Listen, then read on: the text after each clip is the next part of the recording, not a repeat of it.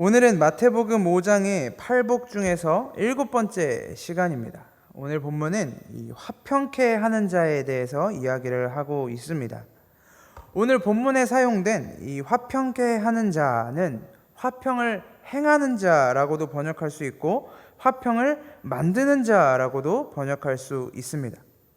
여러분들 혹시 여러분의 모습을 바라보시면서 여러분이 화평을 만드는 사람 혹은 화평을 행하는 사람이라고 생각하시나요? 아니면 여러분들이 가는 곳마다 화평을 깨트리는 사람이라고 생각하고 계시나요? 여러분이 가는 곳마다 화평이 깃들고 계시나요? 아니면 여러분들이 가는 곳마다 갈등이 생기거나 불편함이 생기십니까? 당연히 상황마다 다르고 환경마다 다르고 또 누구와 만나느냐도에 따라 다르겠지만 전체적인 느낌을 따졌을 때 나는 과연 화평을 만드는 사람인지 불화를 만드는 사람인지 잠시 고민해 보셨으면 좋겠습니다.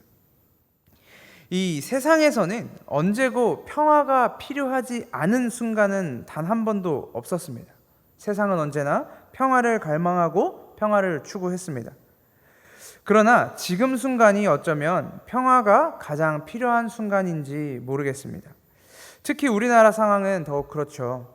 올해 초 코로나라는 바이러스가 세계를 덮치기 시작하면서부터 이 사람들 사이에 갈등과 분열이 심해지기 시작했습니다. 사람들 사이의 만남도 줄어들고 이 만남이 줄어들다 보니 대화도 줄어들고 그러다 보니 점점 교감도 공감도 더 이상 중요하지 않게 되었습니다. 이 코로나 시대를 지내면서 우리에게 가장 중요한 것은 결국 나라는 사람이 되어버렸습니다.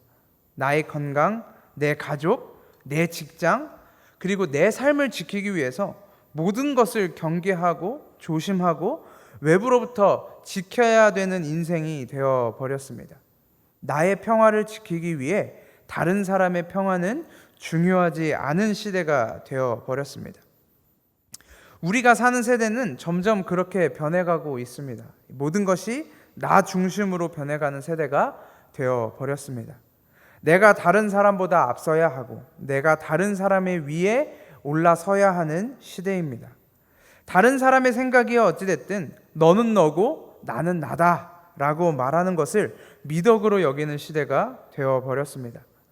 세상을 움직이는 진리는 관심이 없고 내가 보고 싶은 것만 보고 내가 듣고 싶은 것만 듣고 내가 믿고 싶은 것만 믿으면서 그것을 진리라고 여겨버리는 세상이 이미 도래해버린 이상 모든 사람이 동의할 수 있는 평화라는 것은 존재하지 않는 것처럼 보입니다.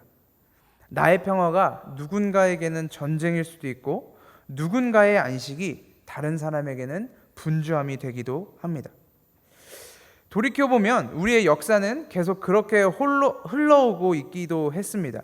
이 평화롭지 않은 나의 상태가 평화롭게 되기 위해서는 현재 평화로운 상태에 있는 다른 누군가를 짓밟아야만 합니다.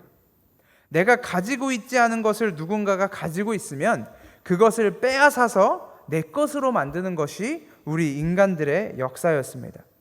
오랜 역사 동안 나라와 나라들은 서로 땅을 빼앗고 사람을 빼앗고 자원을 빼앗아 왔습니다. 지금은 조금 다른가요? 지금은 서로의 땅과 사람과 자원을 뺏지는 않지만 지금은 서로의 기술을 빼앗습니다. 서로의 지식을 빼앗아가고 서로의 시선과 마음을 빼앗는 전쟁을 하고 있습니다. 내가 가지지 못한 것을 누군가로부터 빼앗아야만 하는 시대를 우리는 여전히 살아가고 있습니다. 그 이유는 간단합니다. 우리 안에 넘쳐나는 무한한 만족이 없기 때문입니다. 소위 제로섬 게임이라고 하는 제한된 세계 안에서 우리는 남보다 더 많이 가지기 위해서 싸울 수밖에 없습니다. 유한한 삶을 살아갈 수밖에 없는 인간들은 그 안에서 더 좋은 것을 더 많이, 더 빨리 가지기 위해서 남의 것을 빼앗는 것밖에는 할 수 없기 때문입니다. 그런 세대 속에서 성경은 2000년 전에도 그리고 오늘을 살아가는 우리에게도 본문의 말씀을 전하고 있습니다. 화평케 하는 자는 복이 있나니. 여기서 사용된 화평이라는 단어는 헬라어로 에이레네라고 합니다. 아마 성도분들은 헬라어보다 히브리어 단어가 더 익숙하실 수도 있을 것 같은데 이 단어가 바로 샬롬입니다.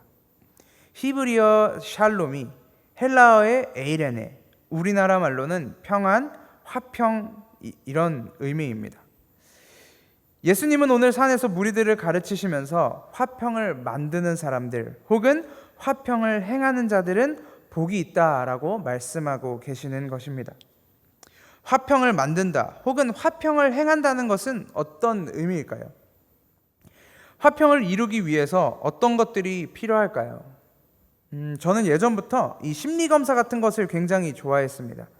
저는 남들에게 나는 이런 사람이야, 나는 이런 성향을 가진 사람이야 라고 말하는 것을 즐기지 않았던 성격이라서 기질 테스트라든지 성향 검사하는 것을 굉장히 좋아했습니다. 그래서 사람들한테 이 기질 테스트의 결과를 보여주거나 이 성향 검사의 결과지를 보여주면서 나 이런 사람이야 라고 소개하는 것이 더 신빙성이 있을 거라고 생각했었거든요. 그래서 여러 심리 검사를 해봤는데 그 중에 이제 애니어그램이라는 심리 검사지가 있습니다. 거기서 나온 저의 성향이 뭐였냐면 바로 평화주의자였습니다. 저는 기본적으로 사람과 사람 사이의 갈등을 그다지 선호하지 않습니다. 이 두 사람이 있는데 혹시 이 두 사람 간에 불편한 기운이 감지된다거나 서로 뭔가 갈등을 일으킬 만한 조짐이 보이기 시작하면 그때 바로 개입을 해서 상황을 종결시켜야겠다라는 사명감에 불타는 성향입니다. 그래서 보통 이제 여러 사람들이 있는 모임에 들어가면 조율자 역할을 하거나 중재자 역할을 할 때가 많이 있었습니다. 저는 나름대로 그 역할에 만족하면서 살았습니다. 그런 저의 모습을 보면서 뭔가 성경적인 사람 같은 느낌이랄까? 오늘 본문에서 예수님이 말씀하시는 것처럼 화평을 만드는 사람 같은 느낌? 물론 이제 그 가운데서 사람들 사이에 조율하고 중재하는 것이 제 입장에서는 귀찮은 일이기도 하고 아프고 힘든 일이기도 했지만 내가 그래도 이 관계 안에서 뭔가 역할을 했다는 것에 그 만족감에 도취해서 살아가고 있었던 것 같습니다. 그러던 어느 날 이 제 삶의 기둥과 같은 것이 무너지는 것을 경험을 한 적이 있었습니다. 저는 평화주의자 같은 저의 삶에 나름대로 만족하고 있었고 그것이 사람들이 모두 만족할 수 있는 화평을 이루는 일이라고 생각했었는데 그게 아닐 수도 있겠구나라는 것을 누군가가 알려준 적이 있었습니다. 이 사람마다 가지고 있는 화평의 기준은 다릅니다. 또한 화평을 만들어가는 방법도 모두 다르죠. 누군가는 사람과 사람 사이에 존재하는 가치관, 생각들을 가지고 끊임없이 갈등하고 대화하면서 맞춰가는 사람도 있을 것입니다. 또 어떤 사람들은 겉으로 잘 드러내지는 않지만 이미 마음의 평화를 누리고 있는 사람도 있습니다. 누군가는 다른 사람이 우리 사이에 개입하는 것을 불편해하는 사람도 있을 수 있고 중재하고 조율하는 것을 싫어하는 사람도 있을 수 있습니다. 이 각자가 생각하는 조율, 평화와 화평을 만들어가는 방법이 각자가 너무 다른데 저는 제가 느끼기에 평화로운 것, 제가 보았을 때 화평한 것 그런 것들의 기준을 맞추어서 다른 사람들에게 강요하고 있었을 수도 있다라는 생각을 하게 된 순간이 있었습니다. 누군가가 이런 시각을 저에게 알려주었을 때 제가 붙들고 있던 삶의 한 축이 무너지는 것 같은 느낌을 받았습니다. 내가 만들어가고 싶던 이 평화 때문에 누군가는 불편함을 더 겪었을 수도 있겠구나. 나는 이것을 평화라고 생각해서 이렇게 했는데 나 때문에 다른 사람들은 진짜 자신의 평화를 누리지 못했을 수도 있겠구나라는 생각이 들자 제가 너무 이기적이었구나라는 생각이 들기 시작했습니다. 내 마음 편하자고 다른 사람의 마음을 불편하게도 할 수 있는 것이 우리의 인생입니다. 나의 만족을 위해 강제적으로 다른 사람의 만족을 포기하게 만들 수도 있는 것이 우리 생각의 한계이고 우리 판단의 한계입니다. 그래서 우리의 생각으로 화평이 무엇인지를 판단하는 것은 어쩌면 생각보다 더 위험한 일일 수도 있습니다. 물론 세상에서는 일반적으로 평화에 대한 정의가 존재하기는 합니다. 제가 오늘 말씀을 준비하면서 이 노벨 평화상 수상자들을 한번 검색해 봤습니다. 총 103명의 사람이 노벨 평화상을 받았고 22개의 단체가 노벨 평화상을 수상했다고 기록이 남아 있습니다. 이 사람들이 상을 받은 이유는 크게 세 가지였습니다. 첫 번째는 나라 간의 분쟁을 평화롭게 중재한 사람이나 단체. 두 번째는 민주주의를 이루기 위한 공로가 있는 사람이나 단체. 그리고 마지막 세 번째는 인권 향상을 위한 연구나 노력을 한 사람이나 단체. 크게 나누면 이렇게 세 가지로 분류할 수 있었습니다. 아마 이 정도가 세상에서 정의하는 평화인 것 같습니다. 그렇다면 우리는 여기서 고민을 한번 해봐야 할 것 같습니다. 이 세계기구에서 선정하고 사람들에게도 박수를 받을 만한 업적을 남긴 사람들은 화평을 만든 사람, 평화를 행한 사람들이라고 볼 수도 있겠죠. 그러면 이 사람들은 과연 오늘 본문의 예수님의 말씀처럼 복된 사람들일까요? 예수님의 말씀처럼 그들을 우리는 하나님의 아들이라고 부를 수 있을까요? 우리는 이 질문의 답을 찾기 위해서 오늘 예수님이 말씀하신 평화가 무엇인지를 말씀을 통해 조금 살펴볼 필요가 있을 것 같습니다. 그리고 이 말씀을 통해 평화를 찾아가다 보면, 이 말씀을 들여다보면 때로는 모순적인 부분도 발견할 수 있었습니다. 그것이 바로 마태복음 10장 34절입니다. 여긴 예수님이 하신 말씀인데요. 거기에서 예수님이 이렇게 이야기하십니다. 내가 세상에 화평을 주러 온 줄로 생각지 말라. 화평이 아니요 검을 주러 왔노라. 여기서 예수님이 말씀하신 화평이 바로 마태복음 5장에서 동일하게 사용된 에이레네라는 단어입니다. 예수님은 스스로 화평케 하는 자는 복이 있다고 말씀하셨지만 동시에 자신은 화평이 주러 온 것이 아니라고 말씀하십니다. 이 두 구절을 나란히 놓고 보면 굉장히 모순된 것처럼 보이지만 하나님의 말씀을 통해 평화가 무엇인지 발견하게 된다면 전혀 모순적이지 않다는 것을 발견하게 될 것입니다. 예수님은 요한복음 14장 27절에서 제자들에게 또한 이렇게 얘기하십니다. 평안을 너희에게 끼치노니 곧 나의 평안을 너희에게 주노라. 여러분은 혹시 그리스도가 주는 평안을 누리고 싶으십니까? 지금 이 혼란스럽고 무엇이 옳고 그른지, 무엇을 쫓아 살아가야 하는지, 미래를 어떻게 그려야 하고 어떤 앞날을 꿈꿔야 하는지도 모르는 지금 예수님이 주시는 평안을 누리기 위해서 우리는 반드시 이어지는 27절의 말씀을 읽어야 합니다. 평안을 너희에게 끼치노니 곧 나의 평안을 너희에게 주노라. 내가 너희에게 주는 것은 세상이 주는 것 같지 아니하니라. 너희는 마음에 근심도 말고 두려워하지도 말라. 내가 너희에게 주는 것은 세상이 주는 것 같지 않다라고 이야기하십니다. 이게 그리스도인이 누려야 할 에이레네입니다. 이것은 분명히 예수 그리스도께서 우리에게 주시는 것이고 그리스도인들이 반드시 누리게 될 평안입니다. 그런데 우리의 마음은 자꾸 세상이 줄 수 있는 평안, 세상이 줄 수 있는 만족, 세상에서 평안하게 사는 것을 바라보고 자꾸 그것을 달라고 예수님께 가서 이야기하는 것입니다. 예수님, 나 이거 필요합니다.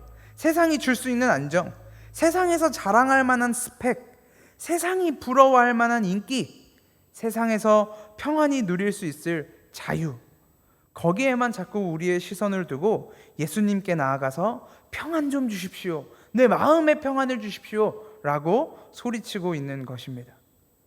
평안을 우리에게 주신다면서요, 왜 내 안에 평안이 없습니까? 라고 하나님께 외치면서 울부짖고 있는 것입니다. 그러나 하나님의 말씀은 변함이 없고 신실하셔서 분명히 우리에게 평안을 주십니다. 그러나 그 평안은 세상이 줄 수 없는 평안이고 심지어 세상이 알 수도 없는 평안입니다. 그렇다면 예수님이 우리에게 주시는 평안, 세상이 줄 수도 없고 알 수도 없는 그 평안이 무엇인지를 한번 살펴보도록 하겠습니다. 이 사도행전 10장 34절부터 잠깐 보려고 하는데요. 여기서는 베드로가 고넬료의 집에 찾아가서 설교를 하는 장면이 시작됩니다. 그 설교의 시작점에서 전하는 말씀이 바로 10장 36절인데 거기서 베드로는 이렇게 이야기합니다. 만유의 주 되신 예수 그리스도로 말미암아 화평의 복음을 전하사 이스라엘 자손들에게 보내신 말씀이라고 설교를 시작합니다. 이 베드로는 예수님이 전하신 그 화평의 복음에 대해서 설명을 할 때 베드로가 했던 이야기들은 예수님이 가셨던 그 길, 예수님이 이 땅에 오셔서 당하셨던 그 죽음과 부활을 이야기합니다. 예수님께서 이 땅에 오셔서 더러운 귀신 들린 자들에게 붙었던 그 사람들을 정결케 하시고 깨끗하게 하셨던 사건들, 그리고 십자가 위에서 달려 돌아가신 사건, 그리고 부활하신 사건까지 이 얘기를 모두 전한 후에 43절에서 설교를 이렇게 마무리합니다. 저에 대하여 모든 선지자도 증거하되 저를 믿는 사람들이 다 그 이름을 힘입어 죄사함을 받는다 하였느니라. 예수 그리스도를 힘입어 죄사함을 받는 것, 예수 그리스도를 통해 우리의 죄가 깨끗해지는 것, 그것을 사도 베드로는 화평의 복음이라고 이야기하고 있습니다. 왜 베드로는 이 사건을 화평의 복음이라고 지칭했을까요? 이것을 구원의 복음이라고 이야기할 수도 있고 기쁨의 복음이라고도 할 수 있었을 텐데 왜 굳이 에이레네의 복음이라고 베드로는 이야기하고 있을까요? 그것은 그리스도의 죽으심이 우리가 알지도 못하는 사이에 누군가의 관계에서 화평과 화목을 이루어냈기 때문입니다. 에베소서 2장 12절을 한번 보겠습니다. 그때의 너희는 그리스도 밖에 있었고 이스라엘 나라 밖의 사람이라 약속의 언약들에 대하여 외인이요 세상에서 소망이 없고 하나님도 없는 자이더니 이제는 전에 멀리 있던 너희가. 그렇죠. 지금 사도 바울은 우리가 하나님과 멀리 있었다고 이야기하고 있습니다. 이것은 지금 오늘 예배하는 저와 여러분이 이 물리적으로 멀리 떨어져 있는 것을 의미하는 것이 아닙니다. 우리가 전에는 멀리 있었다. 우리가 가까운 사이가 아니었다. 우리가 본질적으로 대적하는 사이였다라는 것을 의미하고 있습니다. 우리가 전에 멀리 있었는데 에베소서를 이어서 보면 너희가 그리스도 예수 안에서 그리스도의 피로 가까워졌느니라 라고 말합니다. 우리는 에덴에서부터 시작된 하나님으로부터 분리된 결과물이 오늘을 살아가는 우리들에게도 이어져서 나도 알지 못하는 사이에 하나님으로부터 멀어져 있었습니다. 그것이 우리의 상태였습니다. 우리가 그것을 인식하고 있든 인식하지 못하든지 간에 우리는 이미 그 상태에 놓여져 있었습니다. 근데 그리스도 예수 안에서 그리스도의 피로 가까워졌느니라. 그는 우리의 화평이신지라. 여기서 화평이 등장합니다. 에이렌의 샬롬이 여기서 등장하는 것이죠. 그리스도의 피가 하나님과 멀었던 우리 사이를 가깝게 만드신 사건, 이것이 우리가 그리스도의 십자가 죽으심을 화평의 사건, 에이렌의 샬롬, 그리고 화평의 복음이라고 이야기하는 이유입니다. 멀리 있던 우리가, 하나님으로부터 멀어져 있던 우리가 화평이신 그리스도의 죽음으로 말미암아 가까워진 사건이기 때문입니다. 에베소서 2장을 계속 읽어보겠습니다. 둘로 하나를 만드사 중간에 막힌 담을 허시고 원수된 것 곧 의문에 속한 계명의 율법을 자기 육체로 폐하셨으니 이는 이 둘로 자기의 안에서 한 새 사람을 지어 화평하게 하시고. 이 원리가 아주 신비로운 원리입니다. 예수 그리스도께서 십자가 위에서 완성하신 율법과 이 죄로 물들어진 우리, 율법을 지킬 수도 없고 그걸 완성할 수도 없는 우리를 이 예수 그리스도 안에서 하나로 품으시고 묶으시고 완성하셔서 그리스도 안에 있을 때에만 우리가 하나가 될 수 있는 것입니다. 이 둘이 된 것이 연합하고 한 몸이 이루어지는 역사가 그리스도 안에서 이루어지는 것입니다. 우리는 이것을, 그리고 성경은 이것을 화평이라고 이야기합니다. 이것이 바로 그리스도가 주는 화평, 평안, 샬롬, 에이레네인 것이죠. 내가 평안을 너희에게 끼치도니 예수가 주시는 바로 그 평안 자체가 바로 예수 그리스도인 것입니다. 16절입니다. 에베소서 2장 16절. 또 십자가로 이 둘을 한 몸으로 하나님과 화목하게 하려 하심이라.